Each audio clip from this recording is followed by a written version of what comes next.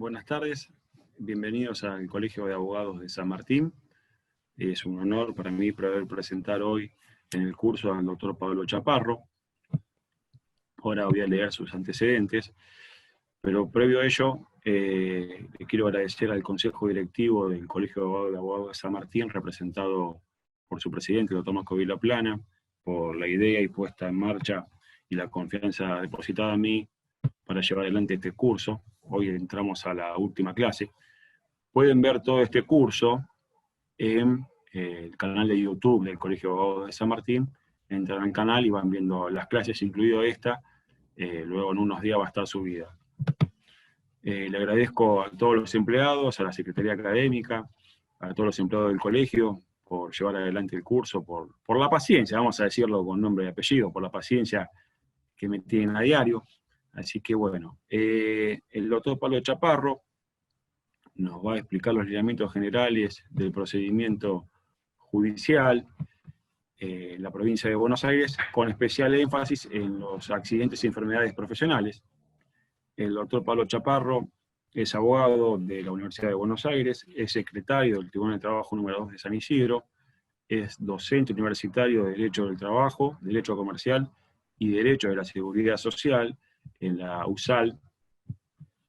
Es docente de Principios de Derecho y de Derecho Procesal y Derecho Privado 1, así como de contratos en la Universidad Católica de Santiago del Estero, y es representante por el Colegio de Magistrados de San Isidro en la Comisión de Derecho Laboral en el Colegio Provincial de Magistrados y Funcionarios Judiciales. Y a su vez es publicista.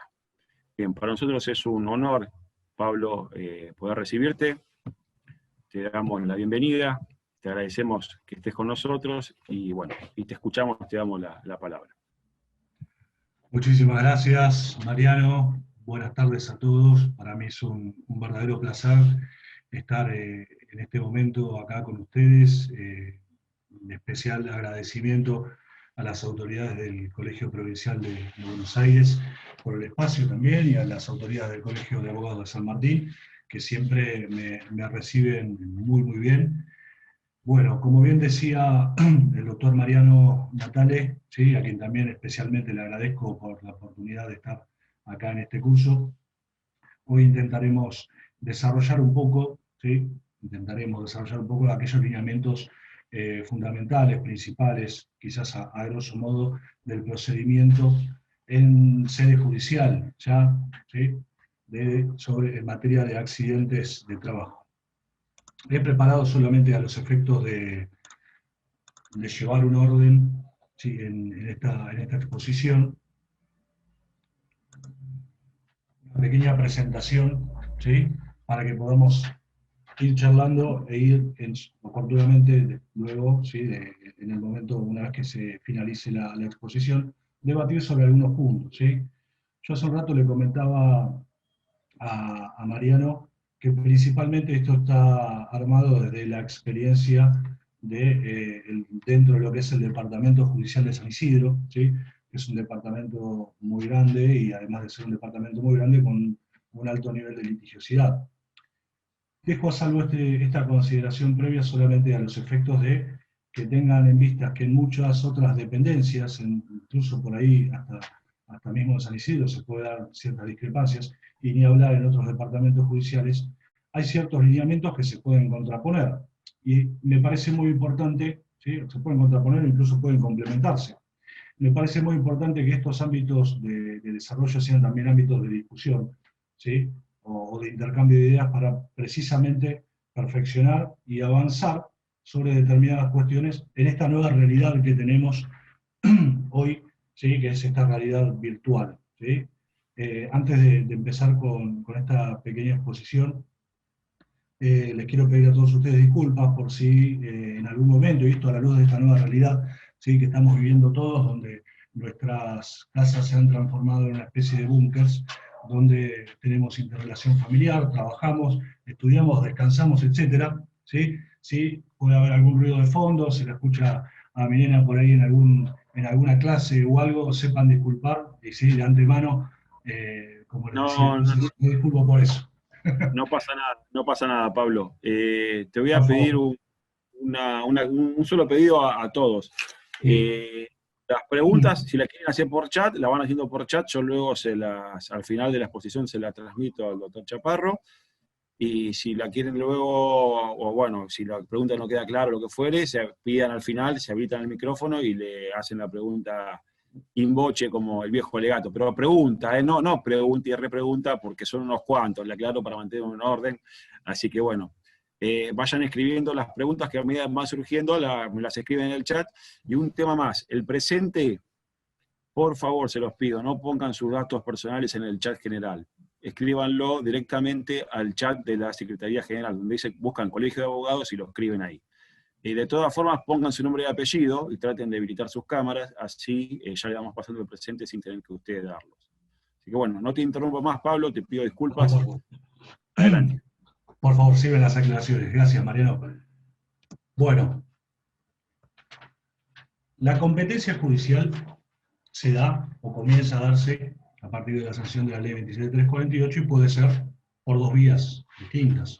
¿Sí? La primera es en grado de apelación, que hoy a través de este artículo 2, inciso J, y esta acción que se prevé, que vamos a ver un poquito más adelante, ha quedado un poco en desuetudo, pero sin embargo sigue estando. ¿Sí?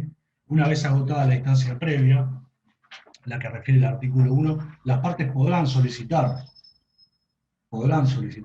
¿sí?, esta apelación o esta revisión ante la Comisión Médica Central, y deja a salvo que sea el trabajador quien pueda prescindir de este paso administrativo a través de la Comisión Médica Central e iniciar, pero por vía de recurso, de revisión o de apelación, como lo quieran llamar, ante la justicia ordinaria. ¿Sí? Esto no obsta que el trabajador, dentro de los plazos establecidos en la ley 7348 y en las resoluciones 298, se vea la posibilidad de recurrir ante la Comisión Médica Central a que el dictamen de la Comisión Médica Jurisdiccional y posteriormente, o dentro de esos plazos, también iniciar esta revisión a través de la justicia ordinaria. No es obstáculo ni óbice para ello. ¿Sí?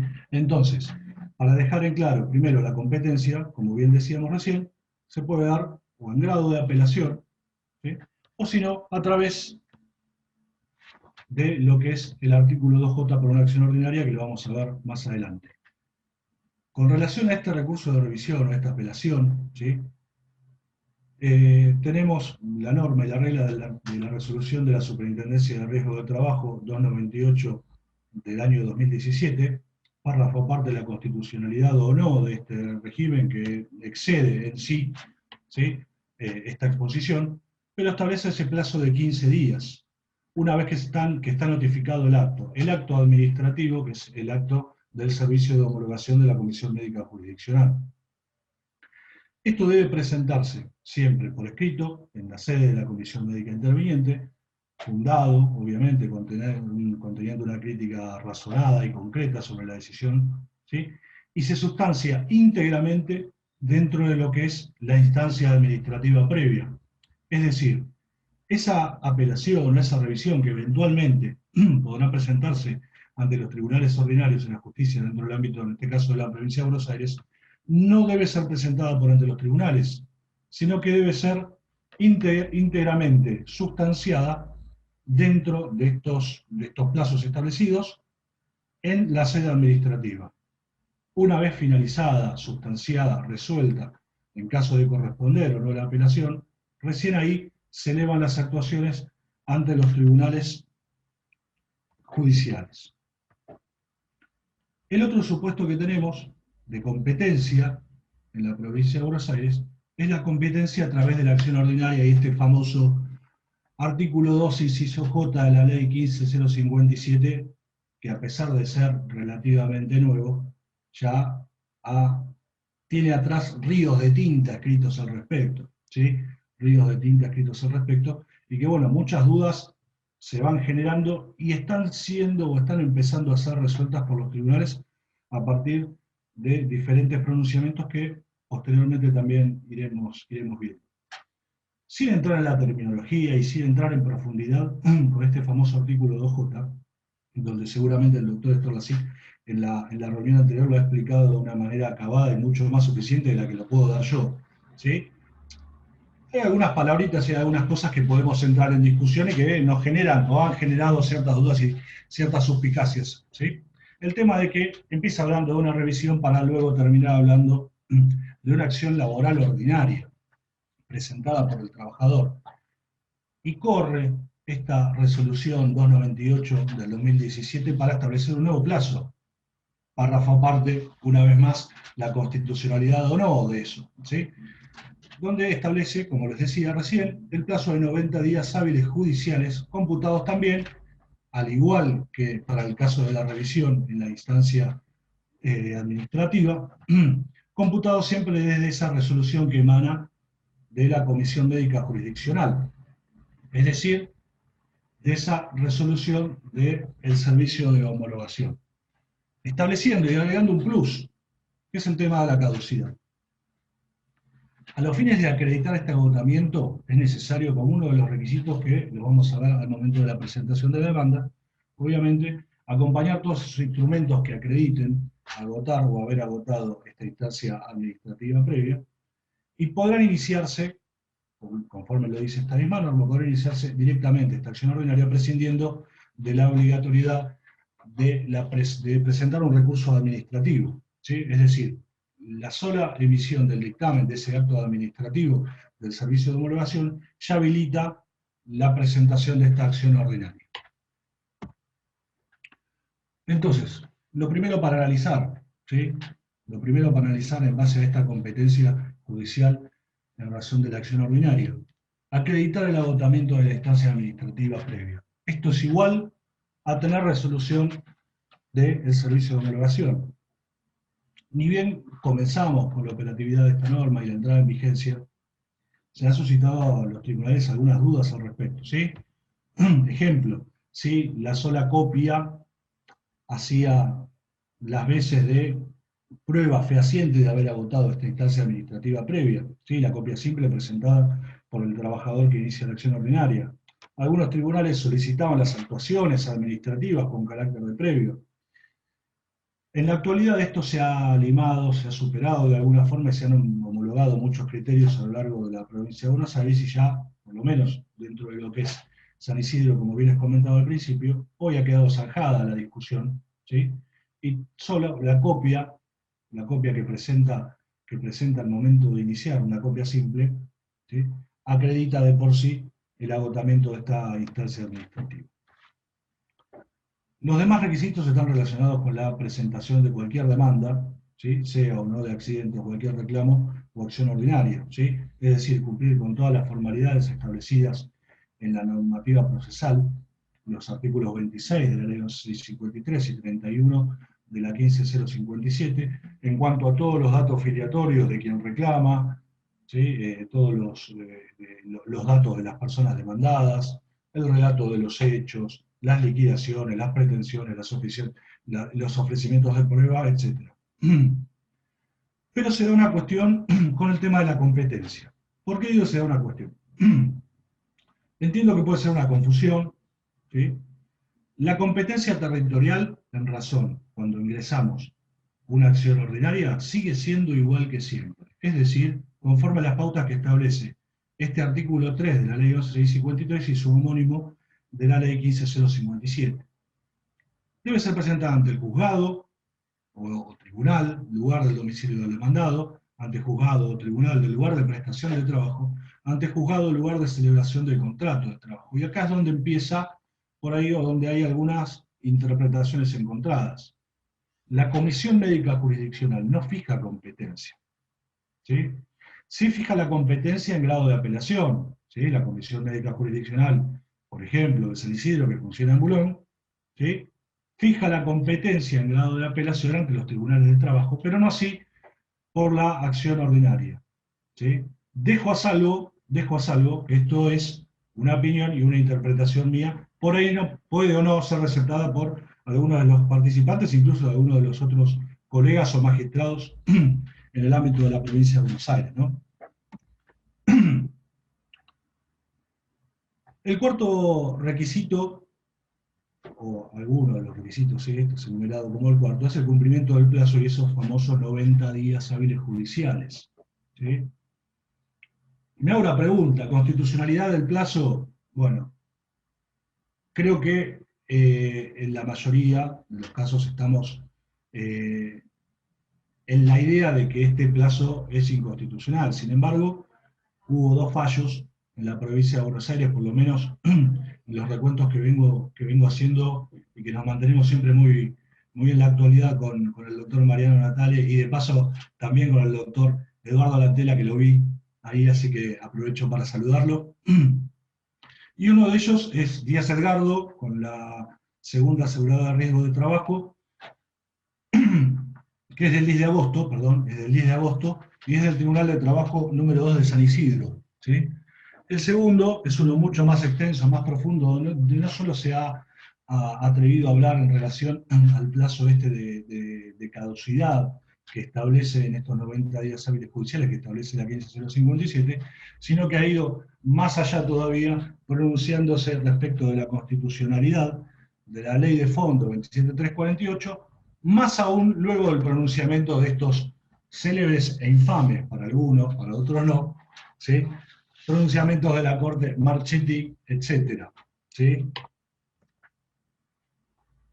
Perfecto. Bueno, en cuanto a la contestación de demanda, tenemos los mismos requisitos en cuanto a las formalidades de la demanda, obviamente dejando salvo que no hace falta acreditar el agotamiento de la instancia administrativa. Desde el comienzo de esta acción judicial ordinaria del artículo 2J se han planteado muchísimas excepciones por parte de las aseguradoras, pero aquellas que son más frecuentes son, en base a los fundamentos de la Ley de Fondo 27348, de la Resolución 2928 de la Superintendencia de Riesgo de Trabajo, las de cosa juzgada, las de incompetencia y las de litispendencia. Litispendencia, porque litispendencia en realidad no está fundada en sí en la norma, sino en aquellos casos en los cuales se dan litispendencia o acumulación, ¿sí?, en los cuales se da por ahí el trabajador que tiene algún otro accidente, alguna otra dolencia, pero siempre dentro del marco de un mismo contrato de trabajo, ¿sí? Entonces las aseguradoras solicitan la acumulación de los procesos a los fines, por más que sean distintos objetos, por una cuestión de llevar un orden en cuanto al reclamo e incluso a los fines probatorios. Esto presenta alguna complicación cuando tenemos algún accidente de trabajo cuyo proceso judicial ya está bastante avanzado y ante el inicio de uno nuevo volvemos hacia atrás a una etapa anterior, ¿sí?, aún donde tenemos que aunar diferentes pruebas, pero en definitiva terminamos de alguna forma retrasando el pronunciamiento del primero. En mi opinión, ¿sí?, obviamente como todas las opiniones compartidas o no, resulta realmente necesario, aún en el caso de que no sean un mismo accidente, ¿sí?, pero resulta necesaria la acumulación de esos procesos.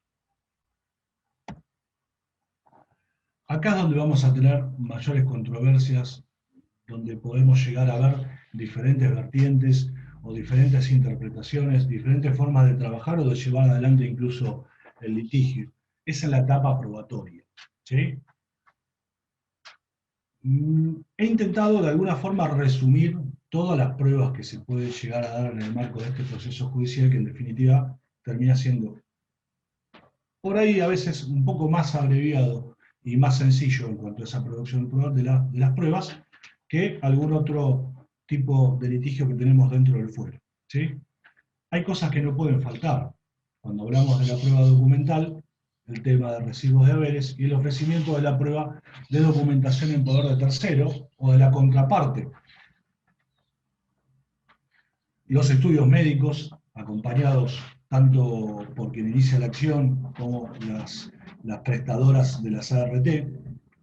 Y estos estudios médicos pueden servir de antecedentes y muchas veces abrevian los tiempos a lo largo del proceso porque el mismo perito ya se considera informado a la luz de estos estudios, con lo cual salvamos, de alguna forma, todo ese procedimiento que tenemos en medio para hacernos con nuevos estudios o nuevos análisis para obtener el informe pericial, que el pericial médico es, junto con el contable, pero creo que con mayor preponderancia aún, lo que en definitiva termina sellando la suerte o no del reclamo.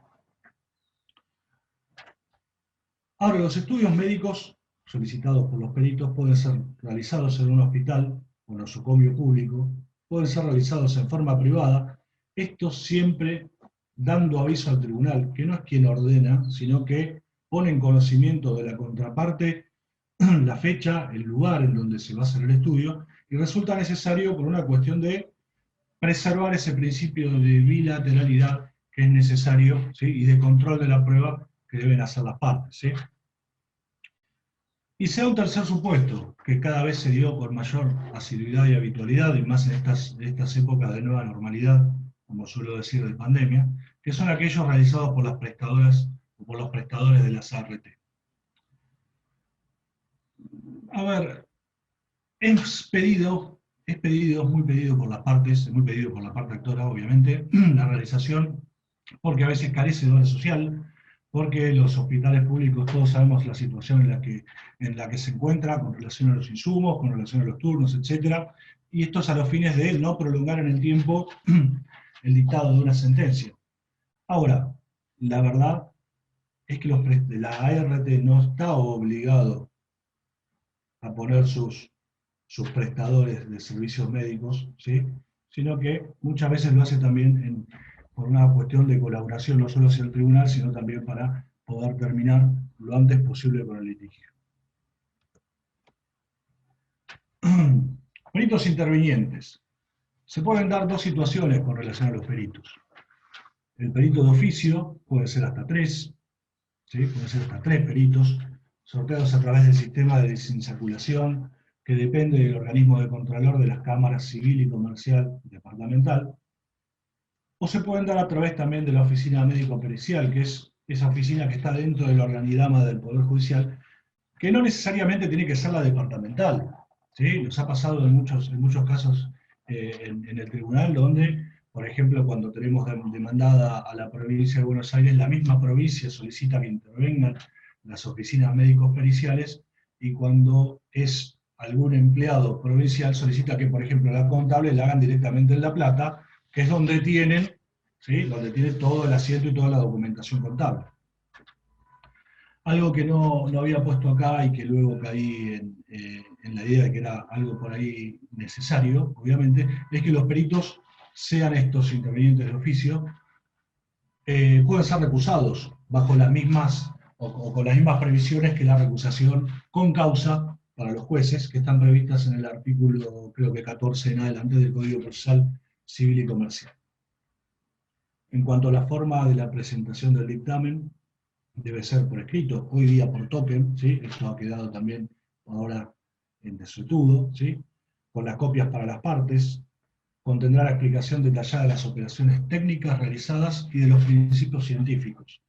Sin embargo, todas esas explicaciones técnicas y todos los principios científicos que puedan llegar a fundar ese informe pericial técnico, y obviamente con las limitaciones que pueda llegar a tener el juzgador en esas materias específicas, deben ser razonadas y permiten al juez, ¿sí?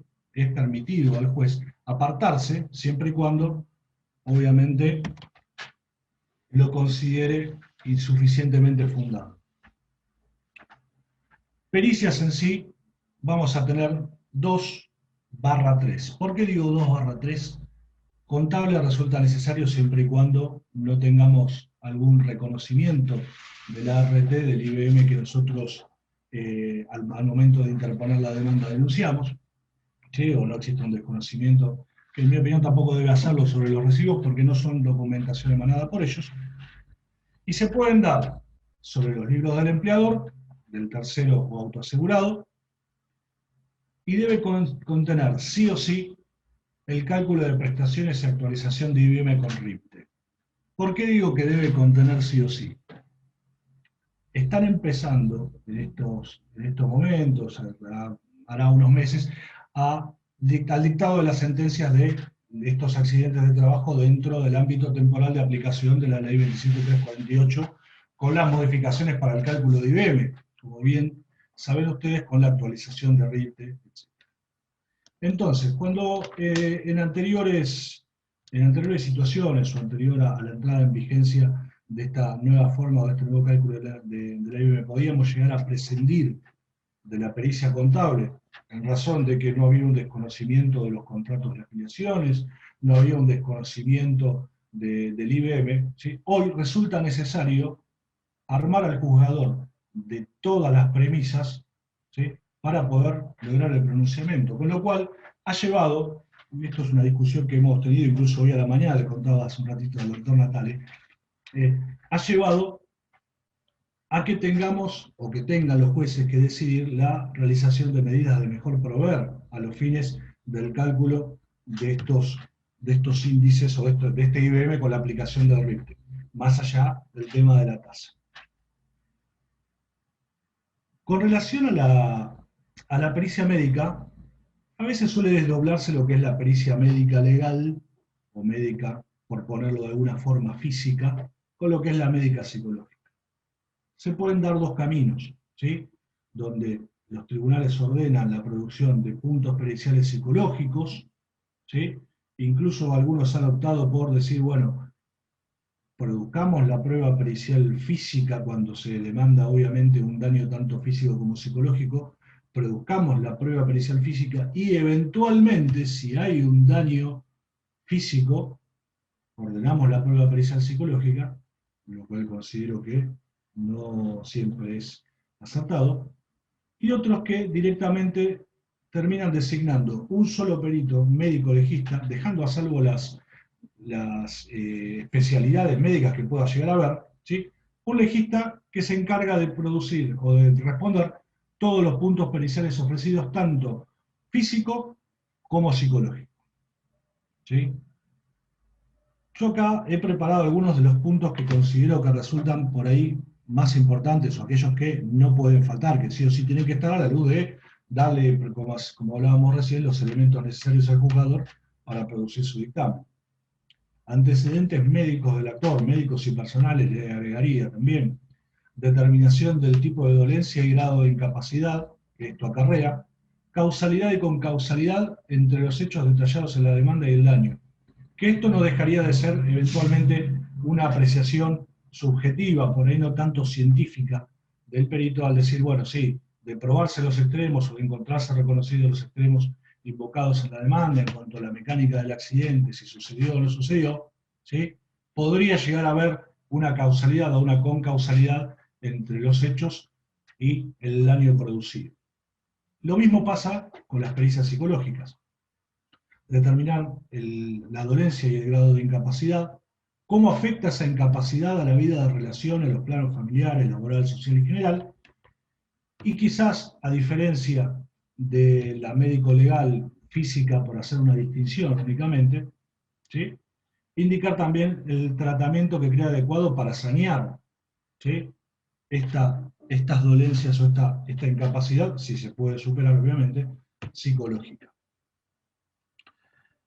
Muchas veces los peritos cuando se designa un perito médico legista que se dedica a evacuar tanto los puntos físicos como psicológicos, ordena obviamente la producción de los estudios psicológicos como si fuese una placa o cualquier otro tipo de estudio complementario que requiera a los fines de ilustrarse para determinar y contestar los puntos de pericia. En definitiva, ¿sí?, como hablábamos hace un rato, determinar la existencia o no de esta relación entre el accidente y la incapacidad, así como establecer el grado de la minusvalía que lo afecta en concreto, ponderar la pericia médica, constituye facultad privativa de los jueces. Lo ha dejado y lo viene sosteniendo la Suprema Corte de la Provincia de Buenos Aires en reiterados fallos. Este es uno relativamente nuevo de los que he encontrado, ¿sí? Con lo cual siempre está la potestad de los tribunales, de los jueces de grado, tal vez no de determinar, pero sí de ponderar, ¿sí?, y de evaluar en razón y en atención a la regla de la íntima convicción, ¿sí?, esta afectación en qué grado es, ¿sí? Obviamente, solamente es materia de recurso extraordinario en grado de absurdo, con lo cual la prueba del absurdo es otro tema, es mucho más complejo y la Corte de la provincia de Buenos Aires también es muchísimo más restrictiva en cuanto a considerar o tildar de absurdo algún pronunciamiento judicial. Con relación a la impugnación de los informes periciales, se pueden dar por varios motivos, pero creo y considero que los más importantes son estos tres que he detallado acá en esta filmina, ¿sí? La primera es por la falta de justificación científica, por no resultar completo o por contener errores materiales. Distintos son los tratamientos que se le dan a cada uno de ellos, ¿sí? Por falta de justificación científica o por errores materiales, no necesariamente, o en muchas oportunidades los jueces, entienden que no requiere que sea sustanciado, ¿sí? A ver, si en definitiva el error está únicamente en una sumatoria y es un mero error aritmético, ¿sí? Es algo que por ahí no requiere una sustanciación.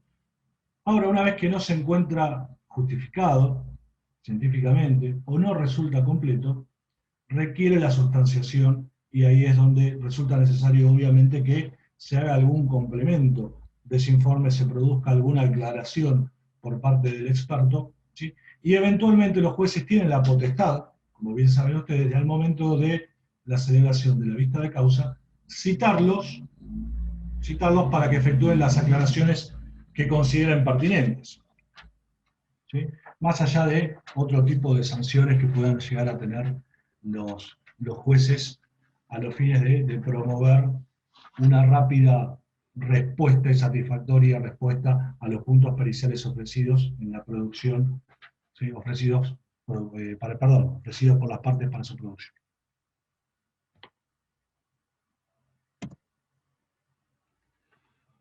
Con relación a la prueba informativa, muchas veces resultan saneadas con las pruebas periciales y muchas veces también resulta necesario alguna que otra cuestión, pero que en la mayoría de los casos, últimamente por lo que venimos viendo y de la experiencia, como les contaba, sobre todo dentro de nuestro fuero en San Isidro, por ejemplo, el tema del AFIP puede ser una prueba informativa que no resulte necesaria a la luz de que tenemos una prueba pericial contable, ¿sí? O que no tenemos algún hecho controvertido. Con relación a la Comisión Médica Jurisdiccional, podría llegar a ayudar si tenemos estudios médicos acompañados en las actuaciones administrativas y pueden llegar a servir para ilustrar al perito médico, tal vez, ¿sí? Y como habíamos dicho también al principio, cuando hablamos de los requisitos al interponer la acción, algunos tribunales en algunas oportunidades han ordenado con carácter de previo al traslado precisamente para tener por acreditada la finalización de esta instancia administrativa médica. La tercera, o de los más comunes estamos hablando, obviamente, es el oficio a los prestadores médicos, también a los fines de que acompañan las historias clínicas, acompañan los estudios, de ser necesario, eventualmente se ordenan hasta el secuestro de esas historias clínicas. Toda la prueba informativa a rendirse, o que pueda llegar a rendirse en autos, es pasible de ser impugnada, ¿sí? Conforme la regla del 401 del Código Procesal Civil y Comercial.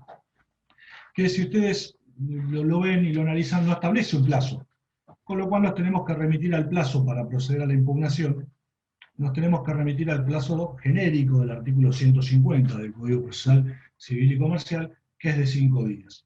La impugnación puede darse por falsedad, puede darse porque no resulta acabada la información, o puede solicitarse también incluso que se exhiban ante el tribunal los asientos o toda la documentación respaldatoria para llevar adelante esa contestación.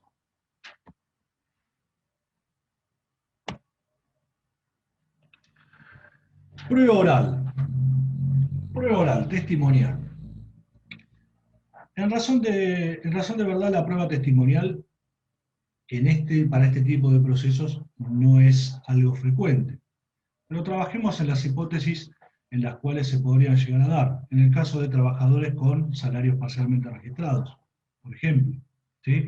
Donde necesitamos ilustrar al tribunal sobre el verdadero salario a los fines de poder tener un verdadero IBM, ¿sí?, de ese trabajador. La forma de citación es por cédula, personalmente o por carta documento, ¿sí?, al igual que estamos haciendo últimamente con los traslados de demanda. Ahora, como bien decía Ferreirós, la declaración de los testigos, ¿sí?, la declaración de los testigos no le pertenece a quien los propuso, sino que le pertenece al tribunal, que al momento de la celebración de la vista de causa, ¿sí?, y por aplicación de ese principio de inmediatez y de oralidad, va a producir en forma directa los medios probatorios.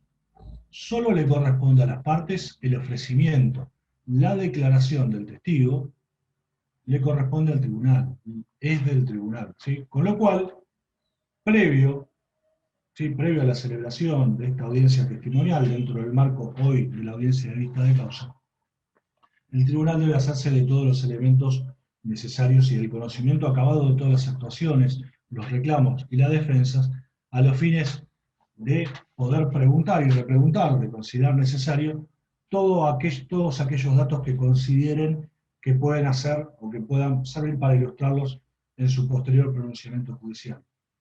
Y esta declaración siempre debe versar sobre observaciones propias, pasadas a través de sus propios sentidos, ¿sí?, no de comentarios ni de terceros. Como estábamos diciendo recién, las preguntas preponderantemente se dan, ¿sí?, por parte del tribunal, a viva voz, ¿sí? Sin embargo, las partes pueden proponer en el momento de la celebración, y una vez, por lo general, una vez que el tribunal ya ha cuestionado, ya se ha informado sobre los temas que consideraba pertinentes, le cede la palabra a los litigantes, comenzando siempre por la parte actora y luego por la demandada, para que efectúen las preguntas que entiendan que puedan llegar a ayudar a esclarecer estos hechos debatidos en la litis, ¿sí? Siempre bajo la fórmula, y esto algunos jueces hasta se enojan, ¿sí?, ustedes que ejercen la profesión lo sabrán incluso mejor que yo, siempre bajo la fórmula para que el testigo diga, ¿sí?, diga si sabe y le consta qué, ¿sí?, bajo esa vieja forma, ¿sí? Algo que no es muy utilizado, porque no muchas veces se da, es la presencia del secretario o de algún funcionario en la celebración de esta audiencia de vista de causa.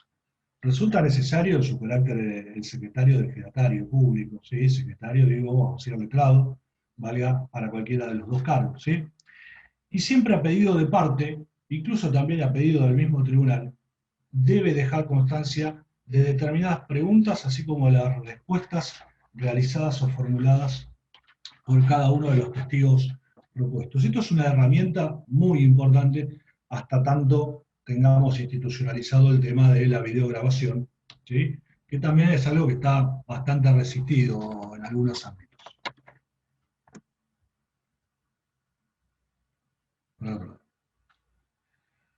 Dentro de esta misma audiencia de vista de causa, y bajo las mismas premisas en cuanto a la citación, vamos a tener los testigos de reconocimiento.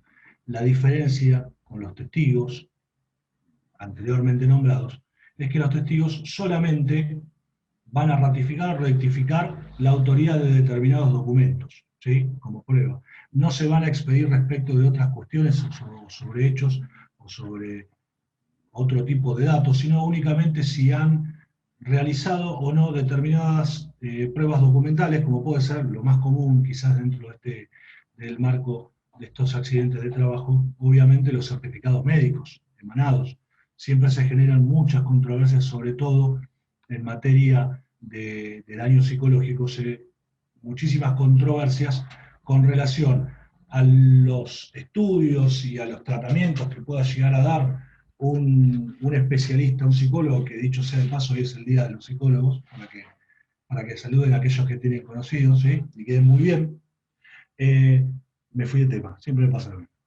Bueno, muchas veces los especialistas de la parte se contraponen con los especialistas que pueden llegar a tener los empleadores, con los especialistas que pueden llegar a tener las prestadoras, incluso con aquellos que participan como peritos psicólogos dentro, ¿sí?, dentro del marco del proceso judicial, ¿sí? Así que eso muchas veces es una herramienta que puede llegar a ser útil a los fines de desvirtuar incluso hasta un informe pericial que no puede no resultar favorable a las pretensiones del actor. La prueba confesional, en mi opinión, para este tipo de cuestiones, no resulta relevante, ¿sí? No me parece que es un tema en el cual se pueda llegar a dar algún tipo de controversia o algún tipo de duda o algo. La misma situación se va a dar, ¿sí? Se va a dar por cédula, ¿sí? O personalmente o por carta de documento al domicilio, a diferencia, ¿sí? De la notificación que se le hace a la parte de la celebración de la audiencia con la fecha de la vista de causa, se va a dar siempre al domicilio real, no al constituido. Obviamente, una vez que, si llegase a fallar esta situación al domicilio real, tenemos el apercibimiento del artículo 41, ¿sí? Del Código Procesal Civil y Comercial, y solicitamos, o podríamos llegar a solicitar, la notificación, ¿sí? Al domicilio constituido, que hoy se da al domicilio constituido electrónico.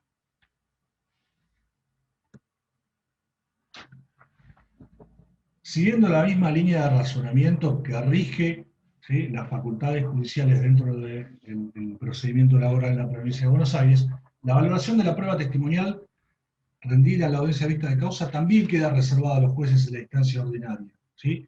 Quienes tienen amplias atribuciones en razón del sistema de apreciación en conciencia del que tanto hablábamos, ¿sí? Con lo cual, y esto es a los fines de tal vez poder llegar a probar un absurdo, resulta necesario tener esa herramienta de dejar constancia en acta, constancia en acta, pedirle al secretario o a los auxiliares letrados que participen en la audiencia, que se deje constancia de determinadas preguntas y de determinadas respuestas, ¿sí? Eso es una herramienta muy útil que muchas veces podría llegar ante una sentencia que pueda ser encontrada con los fines o la finalidad que tenemos como parte actora, o que tendrían como parte actora, podría llegar a ilustrar incluso hasta algún, o servir de premisa para algún recurso extraordinario. El informe del artículo 32, el famoso alegato, ¿sí? Que se puede producir de dos formas: oral en la vista de causa, escrito dentro del plazo otorgado al efecto, cuando muchas veces, ¿qué es lo que se está dando en la actualidad? No resulta necesaria la celebración de una audiencia de vista de causa porque no hay testigos, porque no resulta necesario o no podría aportar ningún dato de relevancia la declaración de algún testigo, y la confesional pasa la misma o corre la misma suerte. Últimamente los casos que se están resolviendo o que están llegando a sentencia mayoritariamente durante este periodo de aislamiento son precisamente los accidentes donde la misma parte actora solicita, una vez que ya tiene los elementos necesarios, es decir, el IBM, donde ya tenemos la pericia médica, donde tenemos determinada la incapacidad del trabajador, solicita directamente, desiste, o mejor dicho, desiste directamente de toda la prueba oral y solicita el pasasentencia. ¿Con qué nos encontramos por ahí en el tribunal? Que muchas veces la demandada, ¿sí? Las ART, sí han ofrecido prueba y tenemos que correr previamente un traslado para decirle, obviamente tenemos por desistida la parte actora de la prueba y le corremos el traslado a la otra parte a los fines de si entiende que resulta necesario para esclarecer o para ejercer su derecho de defensa la producción de esa prueba, ¿sí?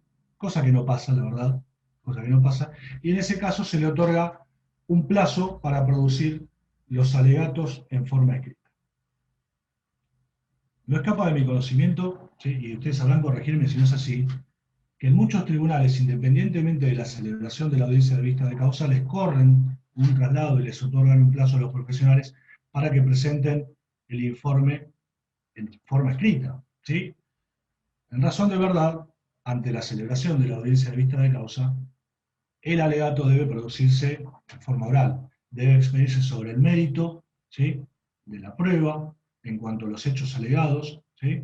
Es decir, con la declaración de tal testigo tengo para acreditado tal, con la pericia médica se ha acreditado determinada circunstancia, es decir, establecer esos nexos de causalidades entre los hechos denunciados y las pruebas rendidas a los fines de ilustrar, ¿sí? Al juzgador en su posterior dictado de sentencia. Los plazos no están determinados. Cuando se corre un plazo para presentar el informe, van a encontrar algunos tribunales que les dan un plazo de 5 días, otros que los dan por 10 días, y muchas veces, como es el caso en nuestro tribunal, lo dejamos a voluntad de las partes. Cuando los tenemos en la audiencia les preguntamos si 5 días les parece bien, si 10 días, es decir, se ponen de acuerdo entre sí en cuanto al plazo para la producción de este informe. Obviamente, si tenemos los alegatos ya presentados antes del vencimiento del plazo, el expediente ya se encuentra en condiciones de dictar el veredicto y la sentencia, que es el siguiente. Una vez que ya están producidos los alegatos, que ya hemos producido toda la prueba, obviamente, si no, no hubiésemos tenido el alegato, se pueden dar dos circunstancias. O el dictado del veredicto, esto dentro del término de 5 días, de celebrada la audiencia de vista de causa o de vencidos los plazos para presentar los alegatos, o que el tribunal ordene, ¿sí?, siempre dentro de este mismo plazo de 5 días, alguna medida de mejor prover. Valga una aclaración a una pericia, la determinación de, o un análisis sobre determinadas circunstancias relacionadas con la pericia, por ejemplo, de causalidad y concausalidad, ¿sí? Muchas veces van a ver en los informes periciales que determinan un porcentaje de incapacidad, pero no establecen precisamente este nexo de causalidad o de concausalidad, ¿sí? Este dictado de medidas de mejor prover suspenden el dictado del veredicto, obviamente, y no requieren la sustanciación. Es decir, una vez llevada adelante la medida, producida la medida, no hace falta que sea sustanciada por las partes, porque son puntos periciales, entre comillas, ofrecidas o aclaraciones ofrecidas directamente y pedidas o solicitadas, no ofrecidas, solicitadas directamente por el tribunal. El veredicto, el plazo ya lo estuvimos hablando recién, requiere la formalidad del voto individual, por tratarse de un órgano colegiado, ¿sí?, y se prevé la nulidad en el incumplimiento de esto, ¿sí? Lamentablemente es bastante reiterado muchas veces el dictado por parte de la Corte en cuanto a la omisión de algunos de los requisitos, sobre todo el tema de los votos individuales. Ahora, estos votos individuales comprenden también a la adhesión, ¿sí? Estos votos individuales comprenden también la adhesión. Quizás el voto de quien se encuentra en segundo o en tercer término se remite única o pura y exclusivamente a la adhesión de las consideraciones de aquel que lo previno, ¿sí?, en el orden de votación.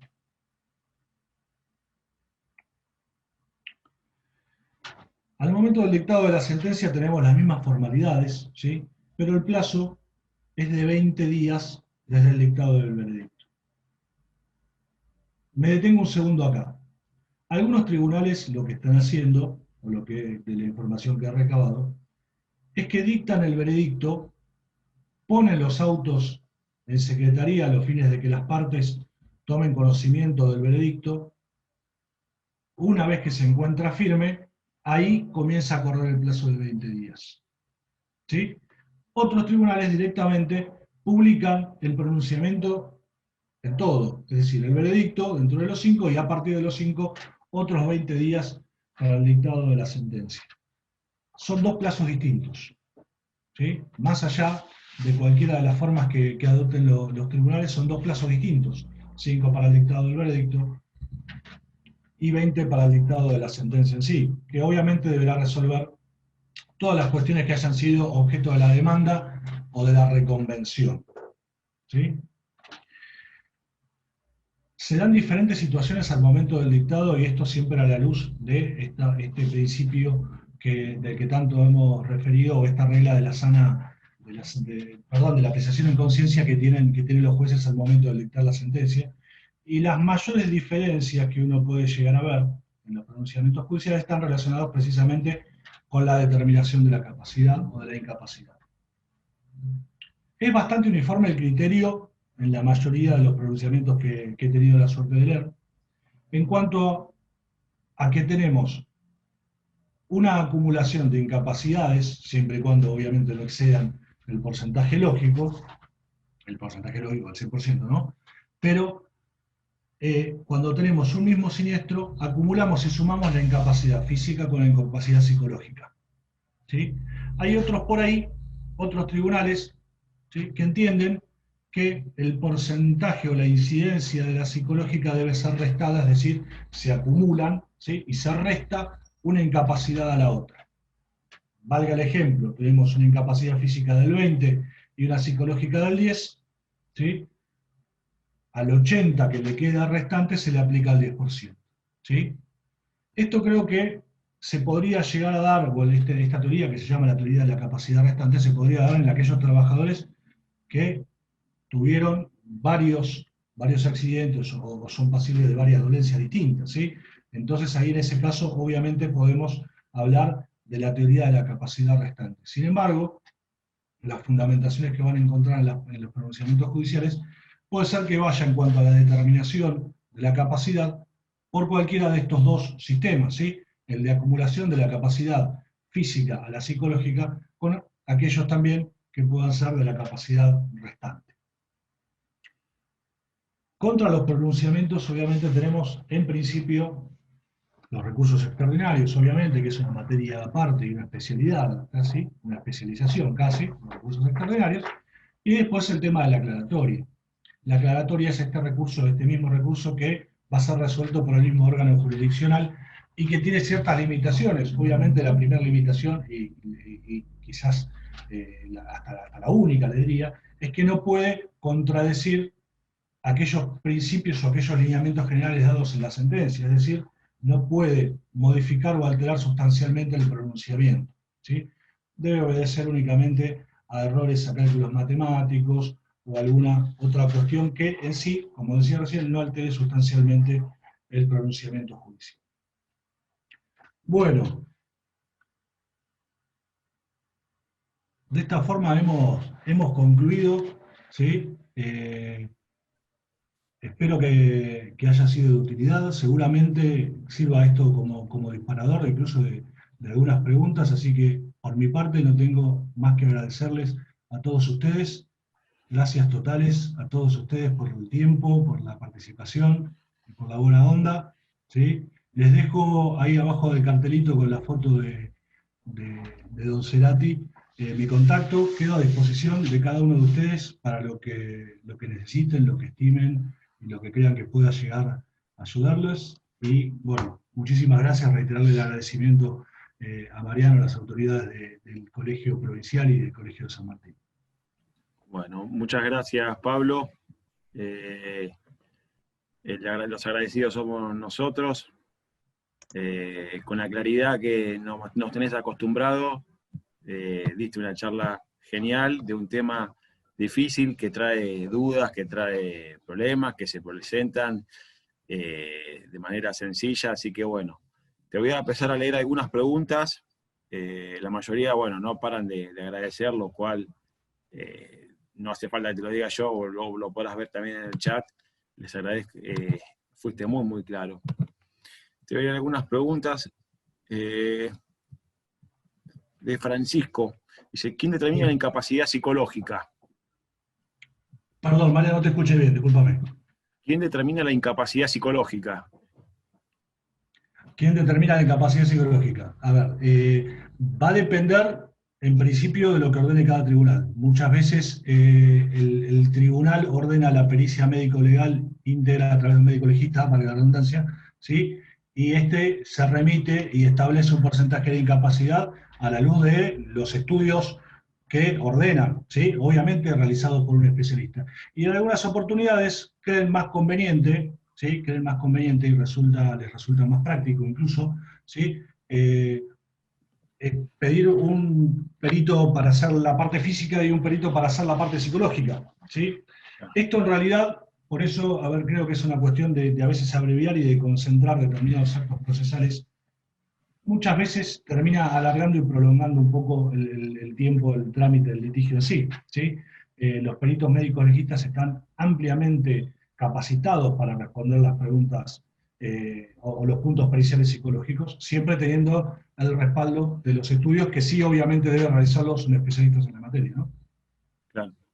Sí, como voy a contar algo que no viene al caso, pero yo soy abogado de muchos peritos y los psicólogos se enojan con los médicos cuando le designan a un médico legista y no designan a un psicólogo. Así que me muestra las 500 y pica batería de los test y demás, el test de lucha y todo, me dice, los médicos no están en condiciones de poder hacerlo. Y bueno, está bien, le digo, no. Nosotros también tenemos problemas con otros profesionales del derecho, le digo, no discutimos, así que bueno. Pero sí, por la economía procesal, mis amigos, mis clientes y psicólogos son los que más se enojan cuando le impugnan la pericia, más que los médicos y más que los ingenieros no les importa nada. Así que, pero bueno. Te paso a otra pregunta, creo que está respondida.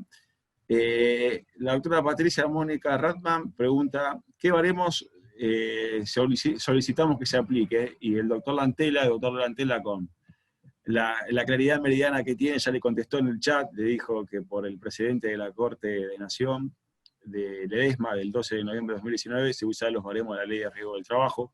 Si querés agregar algo diferente. No, esa es la utilización de los baremos. A ver, independientemente, más allá de que esto ya es doctrina legal, ha quedado totalmente zanjada la situación o la respuesta respecto de eso, ¿no? Vamos a utilizar los baremos que establece la Ley de Riesgo del Trabajo, ¿sí? Acá yo estaba recién viendo, perdón, me metí en el chat, perdón, me metí en tu trabajo. Sí. No, por favor, es un placer para mí. Vos sabés que yo soy un mal coordinador porque yo no tengo que dar respuesta ni opiniones. Así que no. Así que, pero bueno. Esto es una deformación mía, ¿sí? Una cuestión de que soy bastante inquieto a veces, ¿sí? Veo acá que Francisco hace una referencia diciendo, perdón, se me fue porque los otros comentan. Francisco dice que a veces los psicólogos no determinan la incapacidad. Muchas veces los puntos periciales no son que están relacionados con los psicólogos, ¿sí? El psicólogo hace el informe y es verdad, a veces no lo determina, entonces en definitiva termina siendo, como hablábamos recién, a veces de prolongar los tiempos en cuanto al trámite y no resulta necesario. Por ahí, otros tribunales, algunas dependencias han optado, cuando deciden desdoblar esto en la pericia física y la psicológica, en solicitar un perito psiquiatra, ¿sí? Donde ahí sí determina una incapacidad. Pero estos son diferentes modalidades y diferentes formas de producción de la prueba que van a obedecer, obviamente, a los criterios de cada uno de los integrantes de los diferentes tribunales, ¿sí? En cuanto a sentirse informados y considerar suficientemente justificados de acuerdo a los criterios científicos, ¿no? Siempre a la luz de lo que ustedes como profesionales representantes puedan impugnar o no, solicitar aclaraciones y eventualmente con la facultad siempre en última instancia de estas medidas de mejor proveer, ¿sí? Para terminar de ilustrar o de cerrar determinadas cuestiones que se puedan llegar a plantear en la producción de la prueba. Ahí te contestó Francisco, dijo exactamente, doctor, siempre los psicólogos no responden y remiten al psiquiatra, muchas gracias. Ahí le diste la respuesta a Francisco. Lo estaba agarrado Francisco. Está bien. Sí, no, es que muchas veces sucede eso, lo que pasa es que, bueno, una aclaración les hago. Siempre cuando pidan los puntos de pericia, aclárenlos y formúlenlos en base al accidente o a la enfermedad que están reclamando. O sea, si tienen un problema de rodilla, no digan problema de columna, o sea, pónganlo, problema de columna, pero céntrenlo en el problema que realmente tienen, porque muchas veces en la cantidad del trabajo, los puntos de pericia los pasan de largo y es importante que el médico explique bien qué es lo que tiene, porque si nosotros preguntamos mal, el médico muchos no va a explicar, no va a decir. Así que el médico, el psicólogo, el ingeniero, el contador, el perito, el profesional que fuere, que sea auxiliar de la justicia. Te paso otra pregunta, Pablo, de la doctora Florencia Capa Scarpati. Le dice, buenas tardes, doctor, le dejo una consulta para realizar al doctor Chaparro y finalizar la exposición. En el caso de trabajadores que perciben sus saberes parte en blanco y parte en sumas en negro, o sea, sin registrar, en ese caso, ¿la diferencia lo deberíamos probar por medio de la pericia contable? Ello teniendo en cuenta casos en los cuales el trabajador expresamente manifiesta que no quiere perjudicar en forma alguna su fuente de trabajo como con el empleador. Muchas gracias por la pregunta, primero, antes que nada. Es un tema bastante sensible, porque creo que hasta modifica incluso los términos procesales. ¿Por qué? Al momento que hay una denuncia de salario negro, válidamente la ART puede solicitar la intervención como tercero del empleador. Claro. Es más, yo considero que resulta necesaria la intervención, porque obviamente esto va a variar después, ¿sí? El pago que debe efectuar ese empleador respecto de la nómina de trabajadores que tenga. Con lo cual, ese es la primera cuestión. Eh, con relación a que muchas veces los trabajadores no quieren, obviamente, perjudicar su fuente de trabajo, que es algo más que válido y más en estas épocas en las que nos aqueja, ya son cuestiones de hecho que por ahí exceden a lo que sí se daría en el proceso. Claro. Eh, Sí, sí, sí. yo creo que la prueba pericial contable para el pago de salarios en negro es muy difícil, ¿sí? Porque los libros contables son, obviamente, documentos unilaterales que emanan del empleador. ¿Puede darse que registre algo fuera de lo que corresponde? Sí. ¿Se da en la práctica realmente o con asiduidad? No, la verdad que no. Procesalmente hablando también, no podemos o no podríamos hacer el juramento del artículo 39 de la ley 653 respecto de los libros, porque no es parte. Claro. ¿Sí? El empleador no es parte. Eventualmente, tampoco tenemos juramento del artículo 39 sobre los libros de ART, si no denuncia, por ejemplo, ¿sí? Ante un ofrecimiento, porque no está relacionado con lo que debería registrar el contrato de trabajo, ¿sí? Con lo cual esas son algunas cuestiones que se van a dar o que se van a ir dando dentro de lo que es el proceso. Para mí, que esto es una opinión personal, más allá de la intervención en calidad de tercero que debería tener el empleador, ¿sí? Obviamente a solicitud del RT, si no lo solicita, no lo ofrezcamos nosotros como terceros siendo parte actora, ¿no? Pero la prueba para desvirtuar el salario registrado ahí va a estar dado por los testigos. Para mí va a estar dado por los testigos más que por la prueba pericial contable. Eventualmente, como se ha dado en algún que otro litigio, pero algunas cuestiones aisladas, ¿sí? Donde los pagos fuera de la registración están dados o han sido bancarizados, por ahí lo podríamos sanear a través de una prueba informativa a la entidad bancaria donde el trabajador tiene la cuenta. Es raro, pero sí ha pasado, ¿sí? Sí ha pasado en algunos que no estaban registrados el salario, pero tenían los pagos bancarizados, ¿sí? Para mí la clave va a estar con relación a la prueba testimonial igualmente. Perfecto. Te paso a otra pregunta. Gracias, Pablo. Muy No, claro. por Te favor. paso a otra pregunta. Cuando la Comisión Médica Jurisdiccional no responde en los oficios, ¿es pasible de aplicarse las sanciones por incumplimiento de los deberes de funcionario público? Bueno, eso ya es una cuestión, a ver, ya eso es un delito tipificado. Es algo que excede con creces mi competencia, ¿sí? Sí tenemos una sanción ante la falta de respuesta de alguno de los organismos, sean entidades públicas, ¿sí? Obviamente. Cuando es un privado le aplicamos una sanción pecuniaria. Cuando es una entidad pública lo que hacemos es informar al Ministerio de Trabajo por ese incumplimiento, que luego tendrá la legitimación para iniciar las acciones que estime correspondientes, sean estas se encuentren tipificadas en el Código Penal, o sea, tal vez alguna cuestión, alguna sanción administrativa. Pero ya es algo que, a ver, no tiene una sanción pecuniaria, ni tampoco va dentro de lo que es el marco, ¿sí? Del proceso laboral nuestro, ¿sí? Sí. Es una comunicación que se le hace a un organismo o una entidad superior, que luego tiene la legitimación para realizar o no determinadas sanciones, o aplicar determinadas sanciones, perdón. Claro, y efectuar la investigación administrativa de por qué no se contestó debajo del está. Clarísimo, gracias, Pablo. Walter pregunta, la citación del testigo, ¿a quién corresponde? Pues, y aclara, ¿puedo citar a un testigo de la contraparte porque me interesa su testimonio? Sí, claramente. A ver, como habíamos hablado hace un ratito, y ahí se referencia a la doctora Ferreiros, con quien tuve el placer de trabajar algunos años, eh, los testigos le corresponden, ¿sí? Al tribunal las declaraciones, pero quien los ofreció tiene la carga de traerlos. A ver, independientemente de ellos, es una carga, ¿sí? Es una obligación, pero válidamente podría ser citado, ¿sí? Por la otra parte. No hay ningún impedimento al respecto. No hay ningún impedimento al respecto. Yo no veo ninguna cuestión procesal o que impida hacerlo. Claro. No hay ningún No, problema.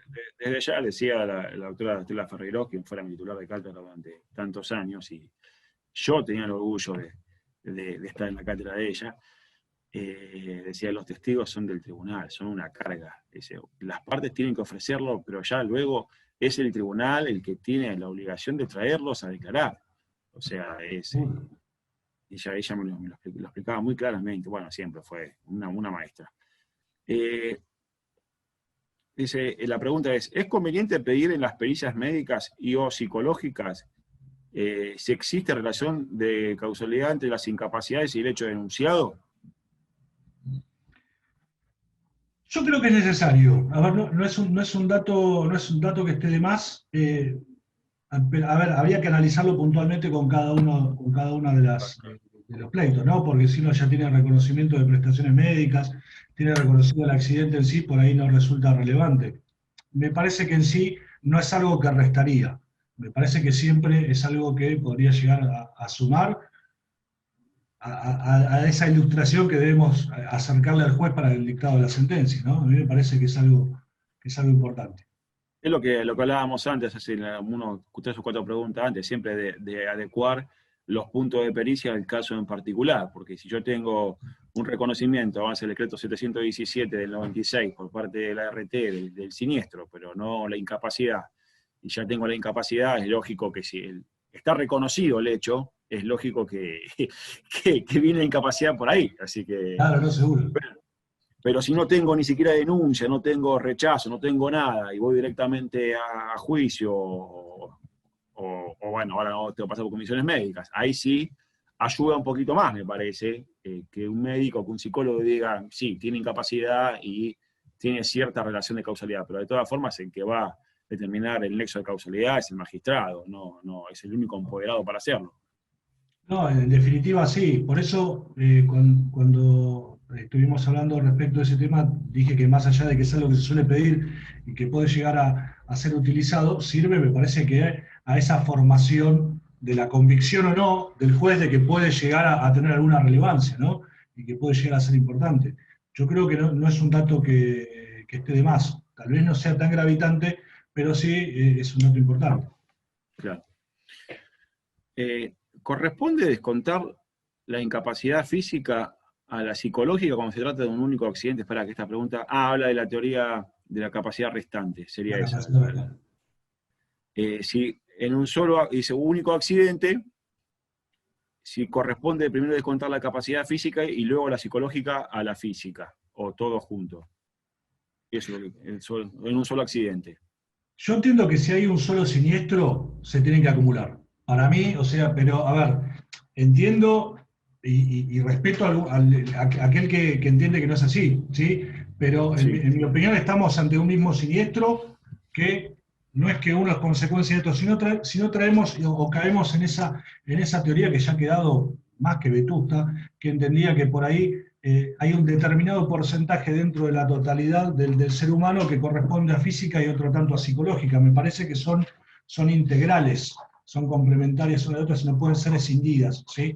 Pero hay tribunales, yo les comentaba que hoy justamente de la mañana tuvimos una reunión con los jueces y charlamos, entre otros temas, de este, ¿sí? Y hay tribunales que entendían que la psicológica no era importante, que la aplicaban a partir de determinada capacidad física. Entonces, cuando un porcentaje de psicológica superaba el porcentaje de física, la descartaban. Como en el caso acá, que estaba preguntando, perdón que subo con el cosito este, sobre una incapacidad física del 2%, Ana Laura, que preguntaba sobre una incapacidad física del 2% y un 10% de psicológica. Entendían que no podía tener más daño psicológico que físico, ¿sí? Para mí eso no, para mí son acumulativas, estando en un mismo siniestro, ¿sí? Dejo a salvo que es una opinión y que puede ser obviamente compartido o no. Claro. Sí, sí. A mí me ha pasado en comisión médica que por un solo accidente me aplicaron la capacidad restante, pero se trataba pero para que en comisión médica a veces es difícil que se reconozca la capacidad psicológica, pero generalmente se reconoce cuando es difícil por no decir muy dificilísimo, cuando hay amputaciones. Entonces, en ese caso, aplicaron la teoría de la capacidad restante. Entonces, recurrí el dictamen, no hubo forma, bueno, estamos en juicio, pero igual me decían, te dimos la capacidad psicológica, ¿qué más querés? Digo, que no descuenten la capacidad física, le digo, no, es un solo accidente. Acá viene otra pregunta de la doctora Adriana Maravix. ¿Puede haber incapacidad psicológica sin incapacidad física? Bueno, esto lo explicaste. Un perito legista me dio un 9% y física 10% es psicológica. El tribunal, y acá me se lo he cortado, el tribunal lo envió a la asesoría pericial, sería. Si tiene preeminencia la capacidad psicológica sobre la física, eso apunta la pregunta. No, yo creo que depende de cómo sea el planteo.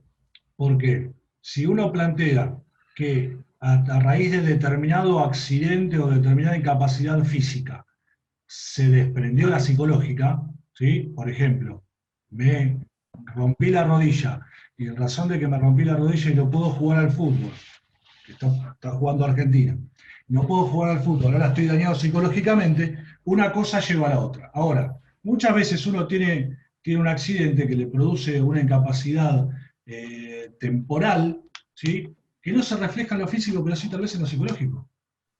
Me parece que ahí son independientes. Hay que ver, reitero, hay que ver, depende cómo se plantea, ¿sí? Hay que ver cómo se plantea.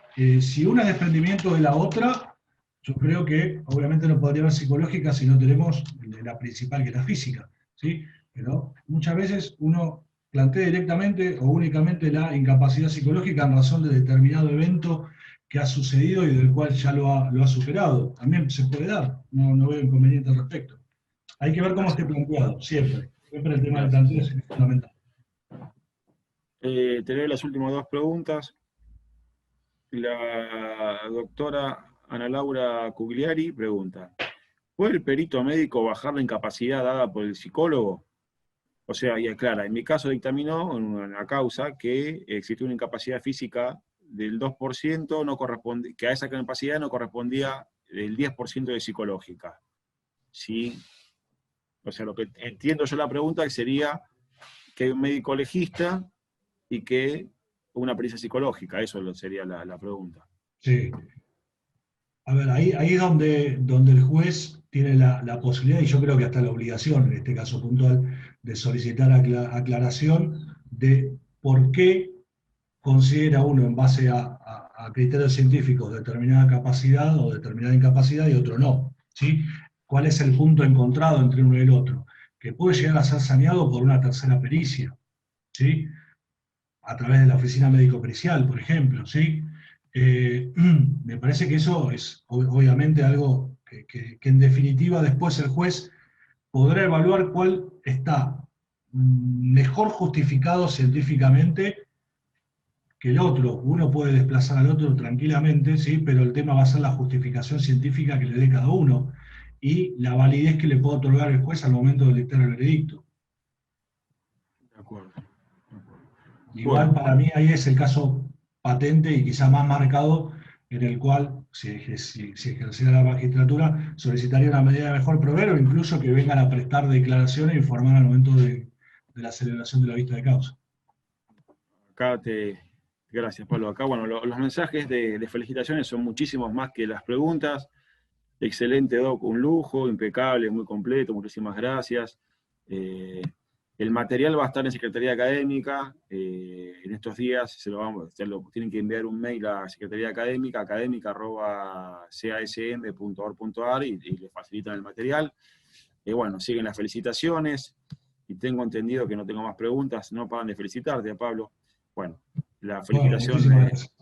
en lo personal, un orgullo tenerte en el curso, así que gracias por haber brindado con esta claridad que tenés así de manera sencilla, de manera llana de explicar fácil lo que es difícil, la verdad que no es sencillo, no es fácil entender un proceso judicial, así que bueno, te agradezco infinitamente.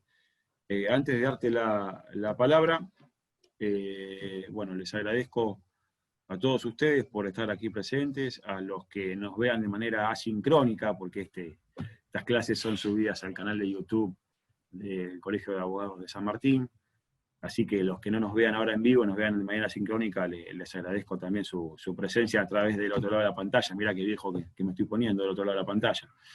Así que, y agradezco al Consejo Directivo del Colegio de Abogados de San Martín por la idea y llevar adelante el curso, por el orgullo que haberme dado y la posibilidad de coordinarlo, de exponer con ustedes, representado por intermedio del doctor Marco Vilaplana, que es el presidente de nuestro colegio, a la Secretaría Académica, a todos los empleados del colegio, los institutos y demás. Así que mañana tenemos más charlas, por la través del Instituto de Derecho del Trabajo, tenemos muchísimas más charlas y muchas ofertas que se dan que se hacen no presencial, porque están prohibidas las reuniones, pero sí a través del Zoom. Así que bueno, este curso tuvo el objeto propio de explicar a priori lo que es el patrocinio jurídico gratuito en las comisiones médicas, pero entendíamos que era un marco muy acotado dejarlo así solo. Es necesario, más en el contexto y en el marco en que se da estos convenios que suscribió el Colproba con la Superintendencia de Riesgo del Trabajo y que luego suscribió la Federación Argentina de Colegios de Abogados, la FACA, también con la Superintendencia de Riesgo del Trabajo, entendemos que es necesario que los abogados estén dentro del sistema, si es que la Suprema Corte así lo entendió de manera obligatoria, que el sistema constitucional, porque el abogado le va a dar la garantía del debido proceso, la garantía del derecho de defensa a esa persona de trabajo, a esa trabajadora, a ese trabajador. Y le va a decir, mire, yo entiendo que esto no es justo lo que le están ofreciendo, o yo entiendo que este 0% de incapacidad no corresponde. O le dirá, mire, yo entiendo que esto no es justo que usted reclame. O sea, pero le dirá con total libertad, porque ustedes, como yo, ejercemos la profesión de manera libre, y en eso consiste este régimen de patrocinio jurídico gratuito. Entonces, para tener esa información es necesario estar bien capacitado, y por eso hicimos un curso de varias clases, donde en la primera clase, bueno, puse yo propiamente sobre el régimen de cómo se dan los convenios. Luego vimos de manera detenida y detallada, con una claridad infernal, como tiene la doctora Analia García, sobre todo el trámite administrativo, los trámites en comisión médica, las liquidaciones y los recursos que se dan en comisiones médicas y para ir a la justicia. Y para ir a la justicia, y en el marco del pluralismo, trajimos a un magistrado y a un funcionario del Poder Judicial para escuchar, hecho entre comillas entre comillas, de lo que pasa del otro lado del mostrador, cómo se ve, cómo muchas veces nosotros de este lado decimos, pero ¿cómo puede pasar esto? Y el otro lado nos explica, miren, la pericia, si usted no pide esto, no va a pasar. O sea, lo acaba de explicar claramente el doctor Chaparro, y cómo lo explicó el doctor Estorlacic la semana pasada de las soluciones y problemas que trae el 2J, que como lo dijo el doctor Chaparro en el inicio de la charla, es un artículo nuevo, pero que ya tiene declaración de inconstitucionalidad. Así que no es sencillo el tema, no es fácil. Bueno, y por último, hoy tuvimos en una exposición ordenadísima y más que clara de todo cómo se debe llevar adelante un proceso judicial en la provincia de Buenos Aires. Así que bueno, nuevamente les agradezco a todos ustedes, a vos Pablo por esta exposición, al Colegio de Abogados. Te dejo la palabra porque te pueda despedir. No, muchísimas gracias a todos ustedes por el tiempo, por la buena predisposición. Espero que haya sido de utilidad, y como les dije, y bueno, quedó ahí también en una de las presentaciones del PowerPoint, les dejo mi mail para cualquier consulta que pueda llegar a tener, o aquello que les pueda resultar necesario. Quedo a disposición de ustedes, y muchísimas gracias por todo. Por favor. El placer es nuestro nuevamente. Les agradezco a todos ustedes. Pronto nos veremos de manera presencial o remota, o de manera sincrónica, pero Dios quiera que pronto nos veremos. Les agradezco nuevamente a todos ustedes su presencia, su preferencia, y el Colegio de Abogados San Martín. Muchísimas gracias a todos por esta reunión y su tiempo.